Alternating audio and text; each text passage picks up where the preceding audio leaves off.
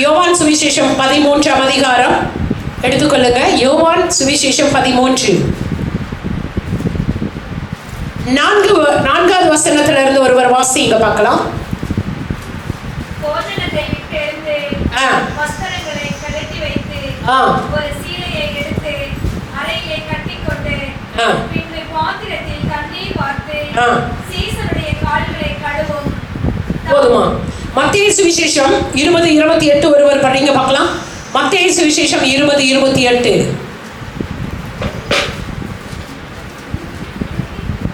20:28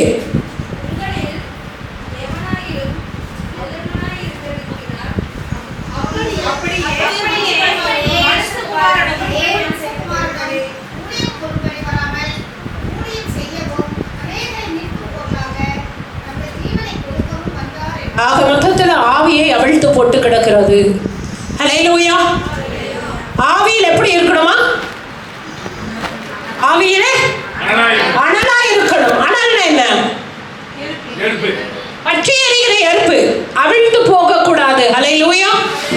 இயேசு சுவாமி சொல்லுகிறார், அவர் பூமிக்கு வந்ததனுடைய நோக்கம் என்ன? ஊழியம் கொல்ல வராமல் ஊழியம் செய்ய வந்திருக்கிறார். ஹல்லேலூயா. ஆண்டவர் சொல்றாரு, ஒரு பந்தியில் சாப்பிடுகிறவன் பெரியாளா, பந்தியை பரிமாறுகிறவன் பெரியாளா? சாப்பாட்டு பந்தியில சாப்பிடுகிற உட்கார்ந்து இருக்கிறாள் பெரியாளா, பரிமாறுறாள் பெரியாளா? அப்படியா? என்ன புதுசா இருக்கியா? பரிமாறுறவன் எப்படி பெரியாளா இருப்பாங்க? ஏங்க சாப்பிடுற ஆள் தானே பெரிய ஆளா இருப்பாங்க. ஒரு கணத்திற்குரியவர்களுக்கு என்ன பண்ணுவாங்க? யார் சாப்பாடு பண்றா? அப்ப சாப்பிடுறவன் பெரிய ஆளா, பரிமாறுறவன் பெரிய ஆளா? சொல்லுங்க. இப்ப இதுக்கே ஓடிட மாட்டேன் 1/2 மணி நேரம். சாப்பிட உட்கார்ந்து இருக்கிறவங்க பெரிய ஆளா, பரிமாறுறவங்க பெரிய ஆளா? சாப்பிட உட்கார்ந்து இருக்கிறவங்க பெரிய ஆளு. ஆமா தானே? நீங்க முடிக்கிறத பார்த்தா எனக்கு அதுக்கு மேல சாப்பிட்டு வராது. சொல்லுங்களேன், சாப்பிட உட்கார்ந்து இருக்கிறவங்க பெரிய ஆளா, பரிமாறவங்க பெரிய ஆளா? சாப்பிட உட்கார்ந்து இருக்கிறவங்க பெரிய ஆளுன்னு எத்தனை பேர் சொல்றீங்க? ஓகே. பரிமாறவங்க பெரிய ஆளுன்னு எத்தனை பேர் சொல்றீங்க? நீங்க வேலைக்கே வரலன்னு சொல்றவங்க எத்தனை பேர்? ஹல்லேலூயா. ஆனா ஆண்டவர் சொல்றாரு, என்ன சொல்றாரு? நான் பந்தியில உட்கார்ந்து இருக்க வரல, பரிமாற வந்திருக்க. அப்படின்னு என்ன அர்த்தம்னா, தன்னை தாழ்த்துகிறார். ஹல்லேலூயா. ஹல்லேலூயா. இன்னைக்கு ஒரு ஊழியக்காரன், எத்தனை ஊழியக்காரர் அல்லது எத்தனை தேவனுடைய பிள்ளைகள் பரிமாறுகிற ஊழியத்துல வந்து நிற்கிறார்கள்? யோசிச்சு பாருங்க. உட்கார்ந்துக்கிறான். நான் உன்னோட கடவுள் ஸ்தானத்துல என்ன பண்றாங்க? எல்லாரும் தானா உட்கார்ந்து இருக்காங்க. மற்றவர்களை எல்லாம் ஏளனமா பார்க்கறாங்க. ஆனா ஏன் இயேசு சுவாமி எப்படி பார்க்கிறார்? சீஷர்கள் உட்கார்ந்து இருக்காங்க. அவர் எழுந்து என்ன பண்றாரு? ஒரு இடுப்புல ஒரு துணியை கட்டிட்டு ஒரு பாத்திரத்தில் தண்ணீரை எடுத்து ஒவ்வொரு சீஷனுடைய கால்களை கழுவுகிறார். ஹல்லேலூயா. எதுக்கு அதை செய்யணும்? எதுக்காக இயேசு சுவாமி இதை செய்யணும்?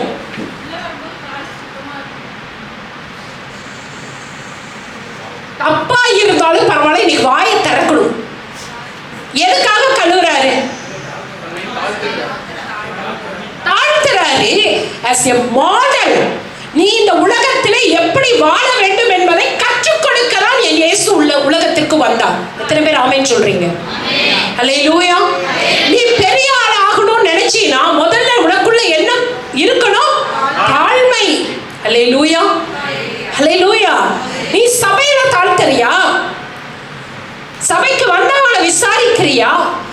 அல்லது ஒரு ஏதாவது ஒரு ஊழியம் பண்றியா?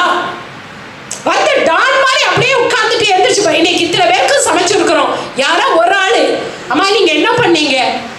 ஆளை கொடுத்தீங்களா? இல்ல எப்படி ப்ரிப்பேர் பண்ணீங்க? யாரோ ஒரு ஆளு விசாரிச்சீங்களா? யோசிச்சு பாருங்க. ஹல்லேலூயா. அருமையான தேவ பிள்ளையே, இந்த வீட்டில் நீ ஒரு தாழ்மை இல்லைனா வெளியில் உன்னால் தாழ்மையாக இருக்க முடியாது. அல்லேலூயா. நான் 2010 முழு நேர ஊழியக்காரியை வந்த காலத்துல இருந்து இன்னைக்கு வரைக்கும் யார் வராங்களோ வரலையோ நான் பாட்டுக்கு எனக்கு கொடுத்த ஊழியத்தை செஞ்சுட்டு தான் இருக்கேன். அப்போ பார்த்தீங்கன்னா ஒரு சமயத்தில் நான் வெளியில இருந்து சீஃப் கெஸ்டாக ஒருத்தரை கூப்பிட்டுருந்தேன். அவங்க ஃபேமிலியாக வந்திருந்தாங்க. எப்பவுமே என்னுடைய வழக்கம் ஆதி காலங்கள்லேருந்து இந்த நாள் வரைக்கும் உணவுகளை நான் தயார் பண்ணி வச்சுட்டு எல்லா விசுவாச பிள்ளைகளும் சாப்பிட்டதுக்கு பிறகுதான் கடைசியாக தான் நான் இருந்தால் சாப்பிடுவேன். அது என்னுடைய வழக்கம். அந்த ஊழியக்காரமா என்னை கூப்பிட்டு சத்தம் போட்டாங்க, என்ன பழக்கம் பழகுறீங்க, நீங்களே சமைக்கிறீங்க, நீங்களே எல்லாருக்கும் பரிமாறுறீங்க, கடைசியா சாப்பிட்றீங்க, ஐயோ இதெல்லாம் தப்பான காரியம், இவ்வளோலாம் நாங்கள் வேலை செய்ய மாட்டோம். எங்க சபையில விசுவாசிகள் சமைப்பார்கள், நாடும் போதகரும் சாப்பிட்ட பிறகுதான் விசுவாசிகளுக்கு நாங்கள் போடுவோம். அல்லேலூயா. அவங்க சொன்ன காரியம் என்னை கடிந்து கொண்டாங்க. நான் சொன்னேன், அம்மா நீங்க சொல்றது கரெக்டு, ஆனா நீங்க யாரு வச்சிருக்கீங்கன்னா விசுவாசிகளை வச்சிருக்கீங்க, ஆனா நான் என்னுடைய பிள்ளைகளை என்னுடைய சபையில வைத்திருக்கிறேன். அல்லேலூயா. ஒரு தாய் சமைத்து முடித்து தான் சாப்பிட்டு தன் பிள்ளைகளுக்கு போட மாட்டா, தன்னுடைய பிள்ளைகள் சாப்பிட்ட பிறகுதான் என்ன பண்ணுவா ஒரு தாய்? சாப்பிடுவாளா இல்லையா? நீங்களா முன்னாடி சாப்பிடுவீங்களோ? ஆமாவா இல்லையா? நீங்க உட்கார்ந்து இருக்கிறத பார்த்தா முதல்ல நாங்க எல்லாம் சாப்பிட்டுருவோம், மீதி இருக்கிற ஆளுக்கு போடுவோங்கிற மாதிரி உட்கார்ந்துருக்கீங்க. அல்லேலூயா. அவங்க அப்படியே தலை குனிந்து போனார்கள். நான் ஒவ்வொரு நாளும் சொல்வேன், என்னுடைய சபை விசுவாசிகள் என்று சொல்லவே மாட்டேன், அவர்கள் என்னுடைய பிள்ளைகள். அல்லேலூயா. அப்படி என்றால் நமக்குள்ளாக கிறிஸ்துவ பிள்ளைகளுக்கு வர வேண்டியது என்ன? முதல்ல தாழ்மை. நான் சொல்றேன், ஆரம்ப காலங்களில எல்லா இந்து நிறைய பேர் வருவாங்க, ரட்சிக்கப்படாத பிள்ளைகள். அவர்களுக்கு உணவை கொடுத்து அவங்க அப்படியே என்ன பண்ணிடுவாங்க, டஸ்ட்பின்ல கொண்டு போய் எல்லா பிளேட்டை போட்டுருவாங்க. எல்லாரும் சாப்பிட்டு முடிச்சுட்டு போன பிறகு 1 மணி நேரம் உட்காந்து அந்த எச்சில் எல்லாம் எடுத்து போட்டு பாத்திரங்களை எல்லாம் கழுவி முடித்து 11-12 மணிக்கு தான் நான் சாப்பிடுவேன். ஆனா அந்த எச்சில் தட்டுகளை கழுவும் பொழுது எனக்கு அவ்வளவு சந்தோஷமா இருக்கும். ஆண்டவரே, உங்க ஊழியத்துல எனக்கு இப்படியாவது பயன்படுத்துகிறீரே. அல்லேலூயா. அல்லேலூயா. தேவ பிள்ளையை நீ கிறிஸ்துவன் என்று சொல்லிக்கொண்டு அவருடைய பிள்ளையா இருந்தால் உங்களுக்கு முதலாவது தேவை என்ன தெரியுமா? என்ன தகுதி? சத்தமா சொல்லுங்க. தாழ்மை. நீ எவ்வளவு கிளவு சகல மனிதர்களுக்கு முன்பாக நீ தாழ்த்துகிறாயோ கர்த்தர் உன்னை பரலோகத்திலே உயர்த்துவார். அல்லேலூயா. நீ இந்த பூமியிலே மனிதர்கள் இடத்துல எனக்கு கனம் வேணும், அவர்கள் என்ன மரியாதையா நடத்தணும், நான் தான் எல்லாத்துக்கும் முன்னாடி வரணும், நான் ஒருத்தருக்கு ஒரு கிளாஸ் தண்ணி கூட கொடுக்க மாட்டேன், நான் ஒண்ணுமே வேலை செய்ய மாட்டேன், நான் அப்படியே கெஸ்டா வருவேன் கெஸ்டா போவேன், நீ ஆண்டவருடைய பிள்ளை அல்ல. அல்லேலூயா. அல்லேலூயா. இது யாருடைய வீடு? இது யாருடைய வீடு? சத்தமா சொல்லுங்க. இயேசு சுவாமியினுடைய வீடு.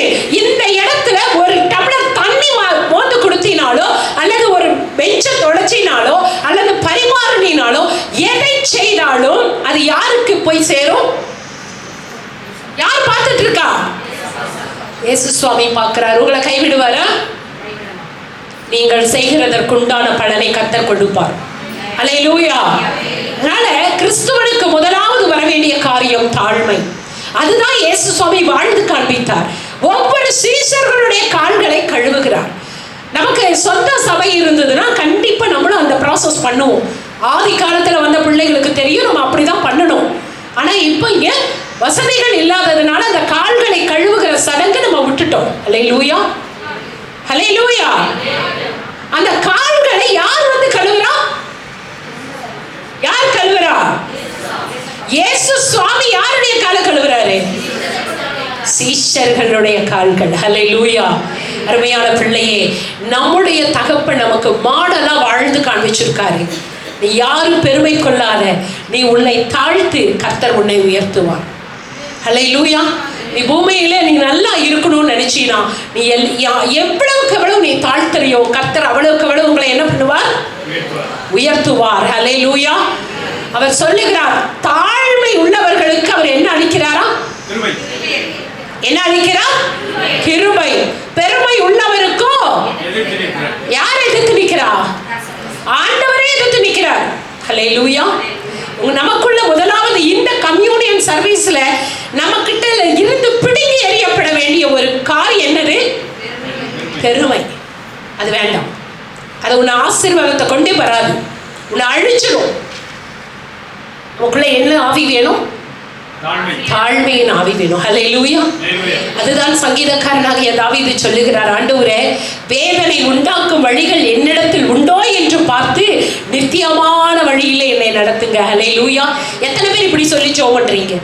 நான் டெய்லி எங்க அப்பா எனக்கு சொல்லி கொடுக்குறேன், நான் டெய்லி இதை சொல்லுவேன், ஆண்டவரே உம்மை வேதனை உண்டாக்கும் வழிகள் என்னிடத்தில் இருந்தா அதை என்ன பண்ணிருங்க? வேரோட பிடுங்கி போட்டுருங்க, என்னை நித்தியமான வழியிலே நடத்துங்கன்னு கேட்டீங்கன்னா கர்த்தர் உங்களை நடத்துவார். ஹல்லேலூயா. ஹல்லேலூயா. அது டெய்லி சொல்லணுமா பாஸ்டர்மா? டெய்லி சொல்லு இல்லையா? டெய்லியும். ஏன்னா தெரியாது, நம்மள அறியாம ஏதாவது தப்பு நம்ம பண்ணிடுவோம். அப்ப ஆண்டவர்கிட்ட கேட்கணும், ஆண்டவரே உம்மை வேதனை உண்டாக்கும் வழிகள் என்னிடத்தில் இருக்கக்கூடாது. ஹல்லேலூயா. ஹல்லேலூயா. இன்னைக்கு காலையில புதுசா எப்பவுமே ஜோம் பண்ணிட்டு ஆண்டவரோட பேசிட்டு தான் இருப்பேன். இந்த உடைகளை நான் உடுத்தும் பொழுது ஒரே ஒரு வார்த்தை என்னை அறியாமல் நான் சொன்னேன், ஆண்டவரே இந்த வெண்வஸ்திரம் தரிக்கிறதற்கு என்னை தகுதி உள்ளவளாக, ஆண்டவரே இவ்வளோ பெரிய பாக்கியத்தை எனக்கு கொடுத்துருக்கீங்க, இதை தரிக்க கூடிய ஒரு பாக்கியத்தை எனக்கு தாங்க. ஹல்லேலூயா.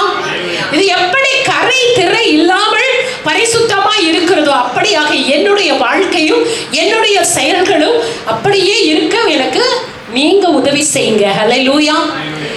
ஏன் அவர் உதவி செய்யலன்னா நம்மளால முடியாதா? முடியுமா? முடியாதா? முடியறக்கே முடியாது. நான் சொல்லுவேன், என் தகப்பனுடைய துணை இல்லாமல் நம்மளால் ஒன்றுமே செய்ய முடியாது. ஹல்லேலூயா. அப்ப முதலாவது காரியம் ஆண்டவர் நமக்கு இந்த கம்யூனியன் சர்வீஸ்ல கற்றுக் கொடுக்கிற காரியம் என்ன? தாழ்மை. அவர் என்ன பண்றாரு? தண்ணியை கொண்டு வந்து ஒவ்வொரு சீஷனுடைய கால்களை என்ன பண்றாரு? கழுவி கொண்டு வருகிறார். யோவான் சுவிசேஷம் 13:12 படிங்க பார்க்கலாம். அப்படி கழுவிட்டு வர்றார், ஒவ்வொரு சீஷனுடைய காலை கழுவுறாரு.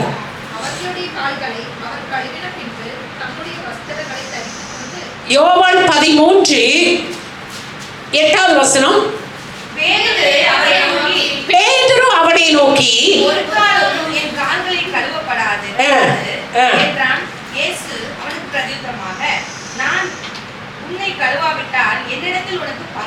போதும்.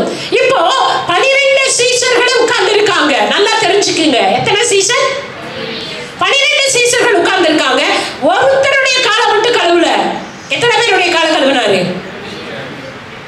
சத்தமா சொல்லுங்க. நீங்க 12 பேர் இங்க உட்கார்ந்து இருக்கிற எல்லாருடைய காலை கழுவிட்டு வாங்க. நீ கழுவிட்டு வந்து கம்யூனியன் அப்படின்னா எடுப்பீங்களா? எடுப்பீங்களா? போயிருவீங்களா வீட்டுக்கு? அப்படியா? கர்த்தர் உங்களை ஆசீர்வதிப்பாராக. ஹல்லேலூயா. என் தகப்பன் எத்தனை பேருடைய காலை கழுவுறாரு? 12 சீஷருடைய காலை கழுவி போறார். அப்ப போகும் பொழுது பேதுரு சொல்றாரு, ஆண்டவரே நீங்க என்ன, ஐயோ என் காலை தொடாதீங்க அப்படிங்கிறாரு. அப்ப ஆண்டவர் அவரை பார்த்து சொல்றாரு, என்ன சொல்றாரு?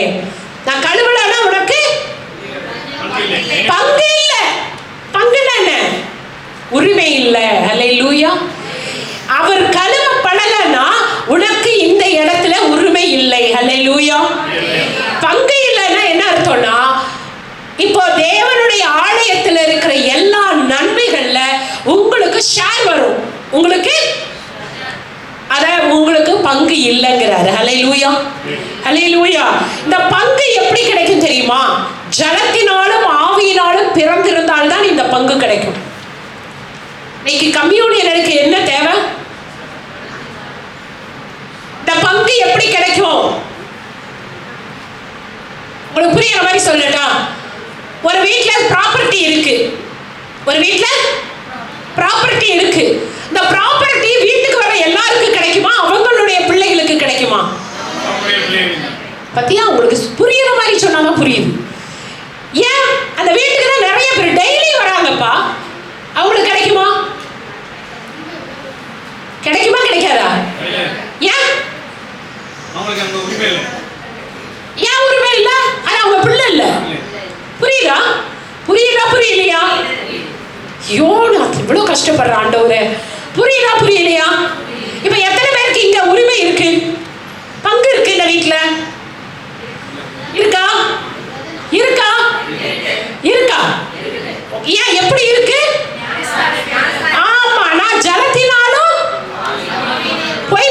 பிறக்காதீங்க தேவ சமூகத்துல. எத்தனை பேர் ஆவியில நிறைய அப்படியே பிறந்துட்டீங்க? ஆவியில ஜலத்துல பிறந்திருக்கேன்னு சொல்லு, உண்மை.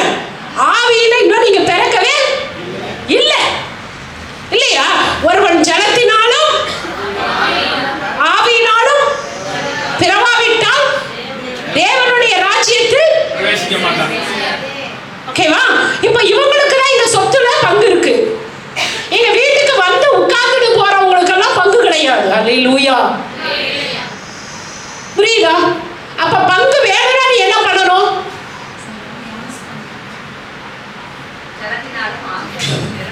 பங்கு வேணும்னா என்னமா வேணும்? ஞானஸ்நானம் எடுக்கணும். அல்லேலூயா. சரியா? ஞானஸ்நானம் எடுக்கணும். அப்படியே எடுத்ததோட நிக்க கூடாது. அடுத்தது நீ எதுல பிறக்கணும்? எப்படி நீ ஆவியில பிறப்ப? நம்மளாம் பெப்பரப்பன்னு கண்ணை திறந்துட்டு உருட்டி உருட்டி அங்கேயும் இங்கேயும் பார்த்துட்டு கண்ணை முழிச்சிட்டு இருந்தா நீ எப்படி போய் ஆவியில பிறப்ப? உள்ள வந்துட்டனா உலகத்தை மறந்துடணும். அல்லேலூயா. உள்ள வந்தா எதை மறந்துடணும்? நீங்க யாருங்கிறத மறந்துடணும். புரியுதுங்களா?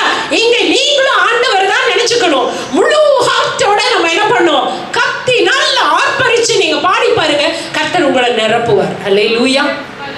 இந்த இடத்துல நீங்க பெரிய ஆளு, படிச்சவன், படிக்காதவன், வயசானவன், வயசு இருக்கிறவனால கிடையாது. தேவ சமூகத்துல எல்லாரும் ஒன்றுதான். அல்லேலூயா. முழு ஹார்ட்டடா நீங்க உட்கார்ந்து ஜெபிக்கிறப்போ, துதிக்கிறப்போ, கரங்களை தட்டி பாடும் பொழுது கர்த்தருடைய ஆவி உங்களுக்குள் இறங்கும். அல்லேலூயா. அல்லேலூயா. இறங்குமா இறங்காதா? இறங்குமா இறங்காதா? அப்ப இறங்குறதுக்கு நீங்க எல்லாத்தையும் ஆவி ஆத்மா சரீரத்தை என்ன பண்ணணும்? விட்டு கொடுக்கணும், இல்லையா? நான் உங்கள மாதிரி இருக்கிறப்ப ஒரு நாள் ஞானஸ்நானம் எடுத்த புதிது, எனக்கு ஆவி நிறைவதுன்னே தெரியாது. ஆனா எனக்கு தெரிஞ்ச ஒண்ணு, எங்க பாஸ்டரை விட நான் பயங்கர சத்தமா பாடுவேன். அது ராகம் இருக்கா ராகம் இல்லையான்னு தெரியாது. எங்க பாஸ்டர் வந்து சொல்றாரு, சிஸ்டர் கொஞ்சம் மெதுவா பாடுங்க சிஸ்டர், இதுக்கு மேல மைக்கு வைக்க முடியல, உங்க சவுண்ட் என் சவுண்டை விட அதிகமா இருக்குன்னு கத்தி கத்தி பாடுவேன். எனக்கு ஒண்ணே ஒண்ணு வெறி, என் சத்தம் யாருக்கு கேட்கணும்? யாரு கேட்கணும்? ஏசு சுவாமி கேட்கணுங்கிற வெறி. அப்படி பண்ணிட்டு இருக்கப்ப ஒரு நாள் நல்ல கையை தட்டி பாடிட்டு இருக்கப்ப என்னமோ எனக்குள்ள இறங்கின மாதிரி இருந்தது. எனக்கு ஒரு வித்தியாசமா இருந்துச்சு. ஐயோ ஏதோ ஒண்ணு எனக்குள்ள போன மாதிரி இருக்கே. எங்க பாஸ்டர்கிட்ட கேட்டேன், பாஸ்டர் நான் நல்ல கை தட்டி ஜோம் பண்ணிட்டு இருந்தேன், என்னமோ எனக்குள்ள போன மாதிரி இருந்தது. ஆவியானவர் உள்ள போயிட்டார். அல்லேலூயா. அல்லேலூயா. அப்போ உங்களை நீங்க மறந்து என்னைக்கு தேவனை துதிக்கிறீங்களோ அன்னைக்கு அவர் உங்களுக்குள்ள வருவார். அல்லேலூயா. இப்போ எத்தனை பேர் ஆவியில பிறக்க ரெடியா இருக்கீங்க? ஏன் ரெண்டுக்குமே கை தூக்காத ஒரு சிலர் இருக்கீங்க? என்ன அர்த்தம்? பிறக்கிறக்கு விருப்பம் இல்லை, கை தூக்க முடியல, கையை தூக்க முடியலையா? ஸ்தோத்திரம். அல்லேலூயா. அப்ப இன்னைக்கு நீங்க போறப்ப என்ன பண்ணிடணும்? போறக்குள்ள என்ன பண்ணணும்? என்ன பண்ணணும்? இப்படி பேசுன ஆண்டவரே குழம்பி போயிடுவார். சத்தமா சொல்லுங்க. ஆவியில சத்தமா பேசுங்களேன். ஆவியில் நிரப்பப்பட்டவர்களாய்த்தான் நான் இங்கிருந்து வெளியிலே போவேன். அல்லேலூயா. அல்லேலூயா. இப்ப ஆண்டவர் சொல்றாரு, இப்போ நீங்க ஜலத்தினாலும் ஆவியினாலும் பிறந்தவர்களுக்கு மட்டும்தான் இந்த இடத்துல இருக்கிற சொத்துக்கு பங்குண்டு. வந்திருக்கிற உங்களுக்கு பெரிய ஒரு ப்ராப்பர்ட்டி இருக்கு. அல்லேலூயா. என்ன ப்ராப்பர்ட்டி? ஆண்டவர் கொடுக்கிற அத்தனை ஆசீர்வாதமும் உங்களுக்கு எனக்கும் தான்.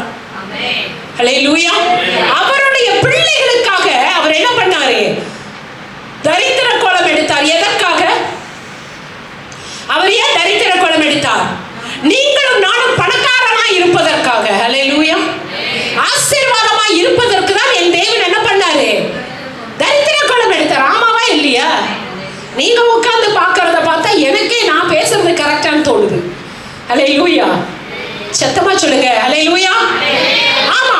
அப்போ நீங்க ஞானஸ்நானம் எடுத்த பிள்ளையா இருந்தா, ஆவியில பிறந்த பிள்ளையா இருந்தா, தேவனுடைய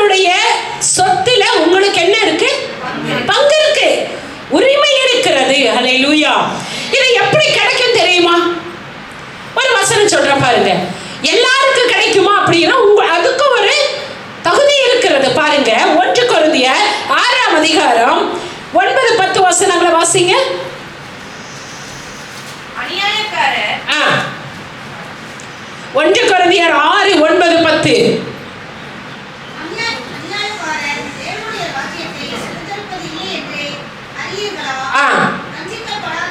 வஞ்சிக்கப்படாதீர்கள். வஞ்சிக்கப்படாதீர்கள்னா என்ன அர்த்தம்? வஞ்சிக்கப்படாதீர்கள் தமிழ் தானப்பா. ஏமாறாம இருங்கிறார். ஐயோ கர்த்தாவே, முடியல. வஞ்சிக்கப்படாதீர்கள் என்ன அர்த்தம்? ஏமாறாம இரு அப்படிங்கிறாரு. பாருங்க, அதை படிங்க.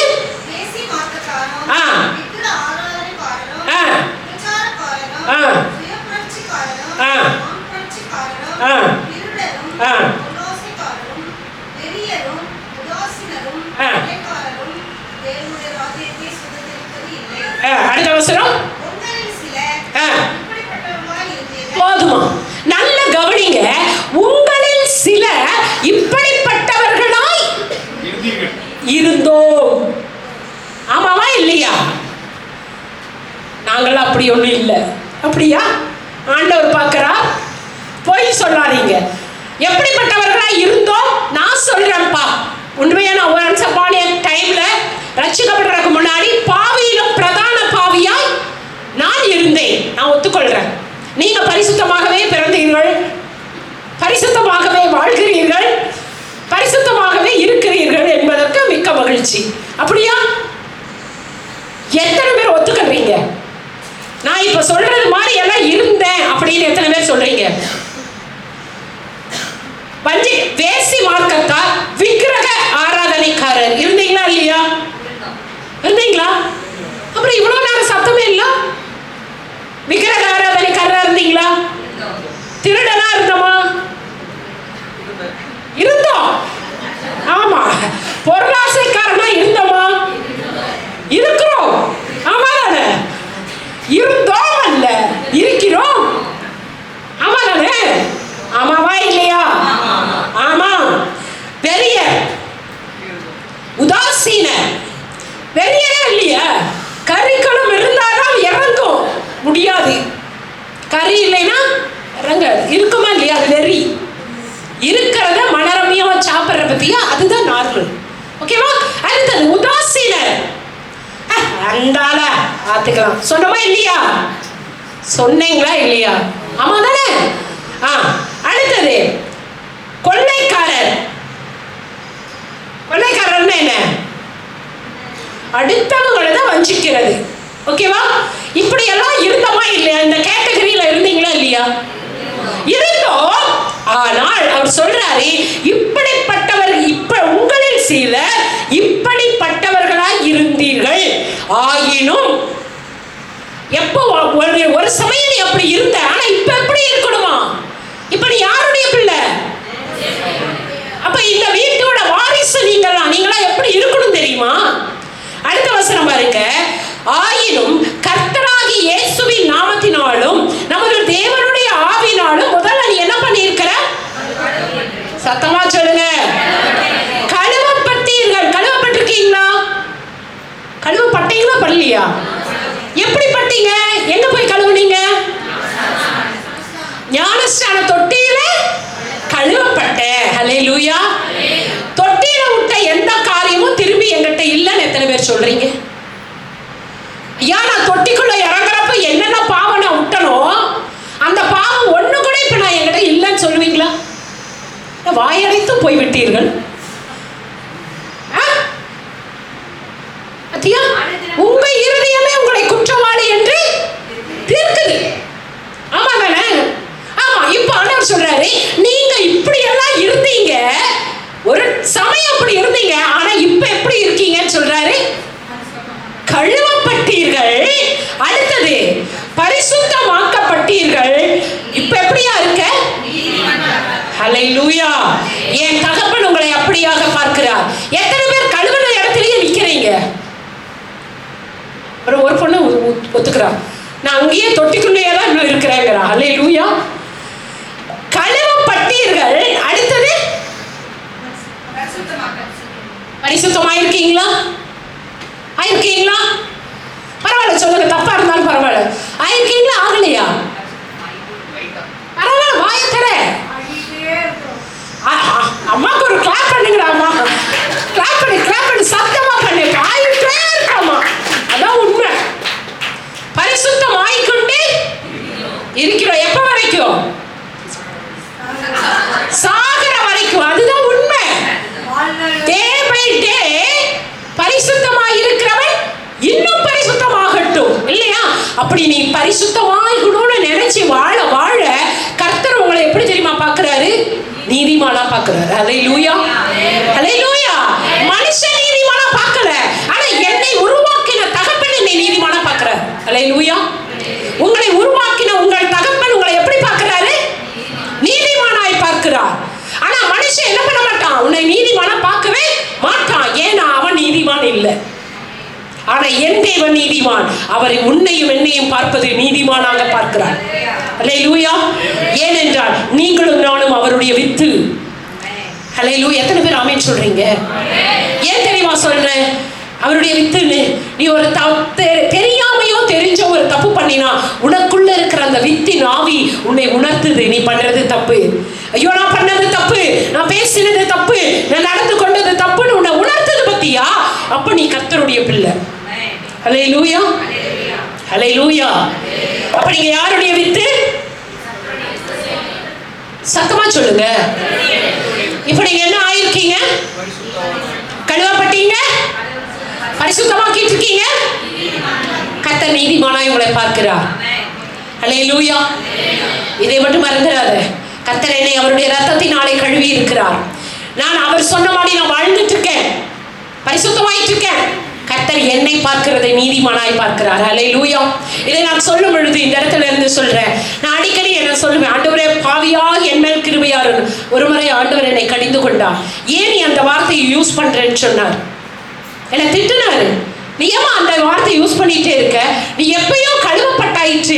நீ வாயினால் அப்படி சொல்லுறப்போ நீ இன்னும் கழுவப்படலைன்னு புரிஞ்சுக்கொண்டாரு. அப்பதான் எனக்கு உணர்ந்த. ஹல்லேலூயா. நம்ம தாழ்த்துறோம்னு நினைச்சு அப்படி சொல்றோம். அப்படி கூட சொல்லக்கூடாதுங்கிற. நீங்களும் நானும் அவருடைய பிள்ளை. ஹல்லேலூயா.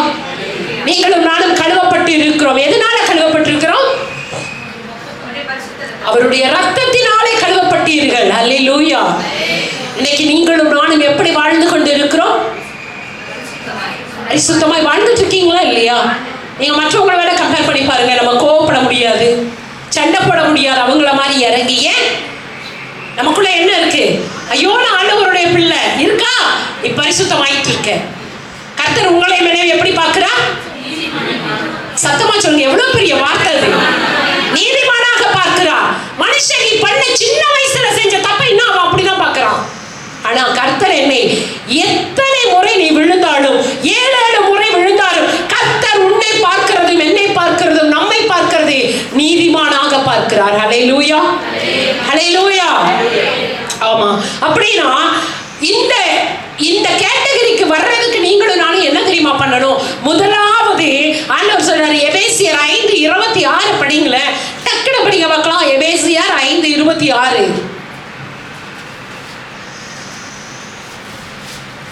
எங்க இருக்கு எபேசியர் 26?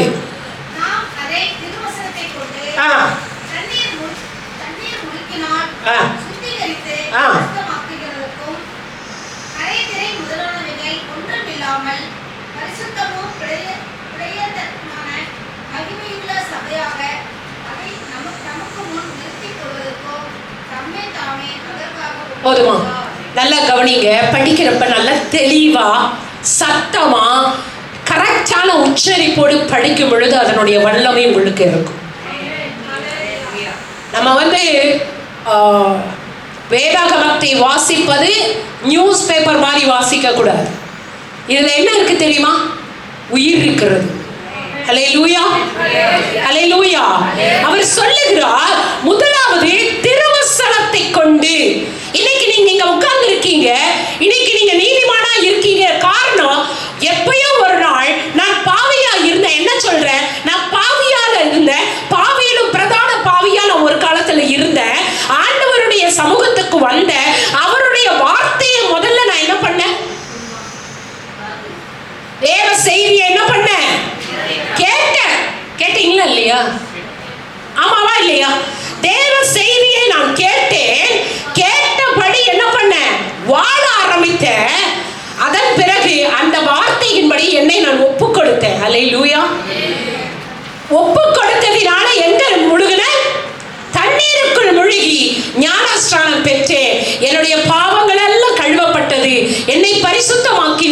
இன்றைக்கு உங்கள் மத்தியிலே என்னை நீதிமானாக வைத்திருக்கிறார். ஹல்லேலூயா. அப்போ எந்த ஒரு மனிதன் திருவசனத்தை தனக்குள் கேட்கவில்லையோ அவனுக்குள்ள பிசாசின் ஆவி வந்து விட்டது. அப்ப கேட்கிறவர்களுக்குள் யாருடைய ஆவி? பரிசுத்த ஆவி உங்களுக்குள் இருந்தால்தான் வசனத்தை நீங்கள் கேட்க முடியும். அந்த வசனம் உங்களுக்குள் போகும். இல்லை என்றால் சொல்லுகிற வார்த்தை எனக்குள்ளாகவே வந்துவிடும். ஹல்லேலூயா, ஹல்லேலூயா. அப்போ முதல்ல எங்க தெரியுமா பேசு? திருவசனத்தை நீ கேட்டால்தான் இந்த ப்ராசஸ்க்கு நீ வர முடியும். ஹல்லேலூயா. நிறைய பேருக்கு பாருங்க, ஜப நேரத்துல நல்லா முழிச்சிருப்பான், பாடல் நேரத்துல முழிச்சிருப்பான், அறிவிப்பு நேரத்துல முழிச்சிருப்பான், எல்லா காணிக்கை நேரத்துல முழிச்சிருப்பான். ஆனா செய்தி நேரம் வரும் பொழுது அப்படிதான் தூக்கம் வரும். அல்லேலூயா. ஏன்? அவங்களுக்குள்ள என்ன ஆவி? என்ன ஆவி? ஆமா. ஏன்னா வசனத்தை கேட்டா நீதான் பரிசுத்தமாயிருவியே. நிறைய பேர் சொல்லுவாங்க, அம்மா தூக்கமே வர்றது இல்லைங்க விடிய விடிய. ஆனா நீங்க எழுந்து மைக்க புடிச்சீங்களா, அடாடாடாடாடா அப்படிதான் தூக்கம் வருதுக்குமா. இல்ல வெளியில இருக்கிற சாத்தான் என்ன பண்ணிருந்து, ஆமா எங்க சத்தியம் உள்ள போச்சுன்னா விடுதலை ஆயிருவியோன்னு தூக்கத்தை கொண்டு வரான். ஹல்லேலூயா, ஹல்லேலூயா. இல்ல நான் அடிக்கடி யோசிப்பேன், இந்த கத்துற என் வயசுக்கே தூங்குறாங்கன்னா நான் ரொம்ப சாஃப்டா பேசுனான்னு வச்சுக்கோங்களேன், நான் உங்களை தட்டி தான் எழுப்பணும். ஹலோ எந்திரிங்க, முடிச்சுது. ஹல்லேலூயா, ஹல்லேலூயா. அதுல ஏன்னா நம்ம பிள்ளைகள்லாம் தனி பக்கத்துல வாழ்ந்தவங்க இல்லையா, அதனால எப்பவுமே சத்தத்தோடய வாழ்ந்து பழகுனதுனால நம்ம சத்தம் வர்றப்ப தூக்கம் வந்துடுது. ஹல்லேலூயா. அப்போ திருவசனத்தை யார் கேட்பா? உங்களுக்குள்ள எந்த ஆவி இருந்தா நீ கேட்க முடியும்? பரிசுத்த ஆவியானவர் உங்களோட இருப்பார். ஆனால் சத்திய வார்த்தையை நீங்கள் கேட்பீர்கள், கேட்டு அதன்படி வாழுவீர்கள். வாழ ஆரம்பித்தா நீ பரிசுத்தமாக்கிட்டே இருப்ப. ஹல்லேலூயா. நீ கர்த்தருடைய சமூகத்துல நீதிமானாகவே இருப்பாய். ஹல்லேலூயா, ஹல்லேலூயா. இப்ப எத்தனை பேருக்கு இந்த வீட்டுல உங்களுக்கு பங்கு வேணும்? பங்கு வேணுங்கிறவங்க நீங்க எப்படியா இருக்கணும்? வார்த்தைகளை கேட்கணும், கேட்டு அதன்படி வாழணும். ஹல்லேலூயா.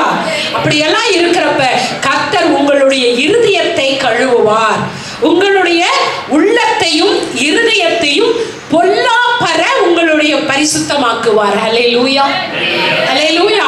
இப்ப நான் உங்களுக்கு சொல்லி கொடுத்தேன் 3 காரியத்தை சொல்றேன் பாருங்க. முதலாவது, கிறிஸ்துவனுக்கு தேவையான ஒரு தகுதி என்ன? தாழ்மை வேணும் இல்லையா? 2வது காரியம், நீங்க ஒன்ஸ் அப்பான் எ காலத்துல நீ எப்படியா இருந்த? நிறைய பாவம் செய்துட்டு இருந்த. ஆனா இன்றைக்கு கர்த்தருடைய சமூகத்துல நீ எப்படி இருக்கிற? கழுவப்பட்டு இருக்கிற. அடுத்தது பரிசுத்தமாயிட்டு இருக்க. அதனால கர்த்தர் உங்களை என்னை எப்படி பார்க்கிறாரு? நீதிமானா பார்க்கிறார். அப்படி நீதிமானா பார்த்து அவருடைய தேவ சமூகத்துக்கு வந்து அவருடைய திருவசனத்தை நீ கேட்டு அதற்கு உன்னை ஒப்பு கொடுத்து நீ கழுவப்பட்டு நீ பரிசுத்தமாக்கப்பட்டு நீ நீதிமானா இருந்தா எங்க அப்பாவுடைய வீட்டில் சொத்துக்கு உனக்கு பங்குண்டு.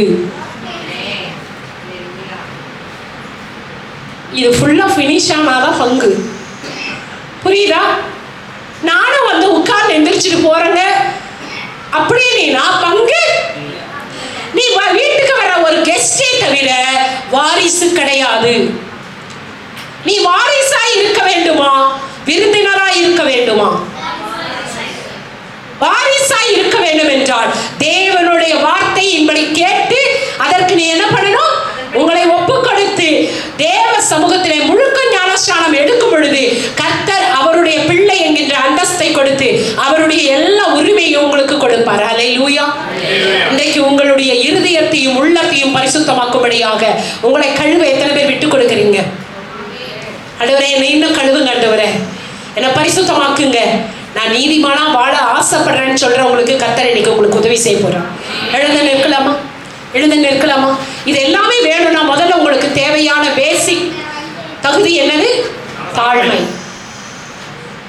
எல்லாரும் எழுந்து நின்று ஆண்டவர் சமூகத்தில் கேளுங்க பார்க்கலாம். ஆண்டவரே எனக்கு அந்த தாழ்மை எனக்கு கொடுங்க.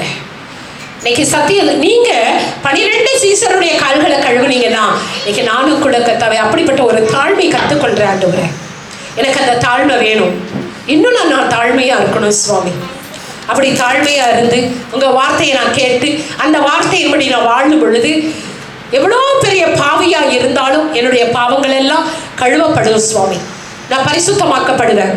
என்னை நீதிமானா நீங்கள் பார்ப்பீங்க ஆண்டவரே. உங்களுடைய வீட்டில் எனக்கு பங்குண்டு ஆண்டவரே. அப்படிப்பட்ட ஒரு ஆசீர்வாதத்தை இன்னைக்கு நான் பெற்றுக்கொள்ள வந்திருக்கேன்னு சொல்லுங்க. என்னை நீதிமானா மாற்றுங்க. இந்த வசனத்தின்படி நான் வாழ என்னை ஒப்புக் கொடுக்கிறேன்னு சொல்லுங்க. கர்த்தர் உங்களை அவ்விதமாக மாற்றப் போகிறார். ஆண்டவரே என்னை கழுவுங்க சுவாமி, என்னை கழுவுங்க. நான் ஜலத்தினாலும் ஆவியினாலும் பிறக்கிற பிள்ளையா என்னை மாற்றுங்கன்னு சொல்லுங்க. இன்றைக்கு நான் வெறுமையே போகக்கூடாது. ஏதோ ஒரு சடங்கான காரியமாக நான் இங்கே வந்து நிற்கலை. நான் கர்த்தருடைய சன்னிதானத்தில் பெற்றுக்கொள்ளுகிற பிள்ளையா நான் வந்து நிற்கணும். நல்லா தெரிஞ்சுக்கங்க, வருகிறவர்களுக்கு ஆசீர்வாதம் அல்ல, அவருடைய பிள்ளைகளுக்கு மட்டுமே ஆசீர்வாதம் என்று சொல்லப்படுகிறது. நீ பிள்ளையா இருக்கிறையா அல்லது வந்து போகிற பிள்ளையா இருக்கியா? வாரிசுகளா இருக்க வேண்டுமே தவிர வந்து போகிற விருந்தாளியா இருக்கக்கூடாது. கர்த்தர் உங்களை அப்படியே அழைக்கவில்லை. தெய்வ பிள்ளையே, அவருடைய பரலோகத்திலே உங்களுக்காக ஒரு ஸ்தலத்தை ஆயத்தம் பண்ணி கொண்டு இருக்கிறார். அதற்கு ஆயத்தப்படுத்துகிற ஸ்தலம் தான் இந்த இடம். எத்தனை பேர் ஒப்புக் கொடுக்குறீங்க? ஆண்டவரே நான் என்னை ஒப்புக் கொடுக்கிறேன். அந்த தாழ்மை எனக்கு வேண்டும் சுவாமி. என்னை தாழ்த்துகிறேன். கேட்ட சத்தியத்தின்படியா என்னை தாழ்த்துகிறேன். என்னை கழுவி சுத்திகரிப்பீராக. என்னை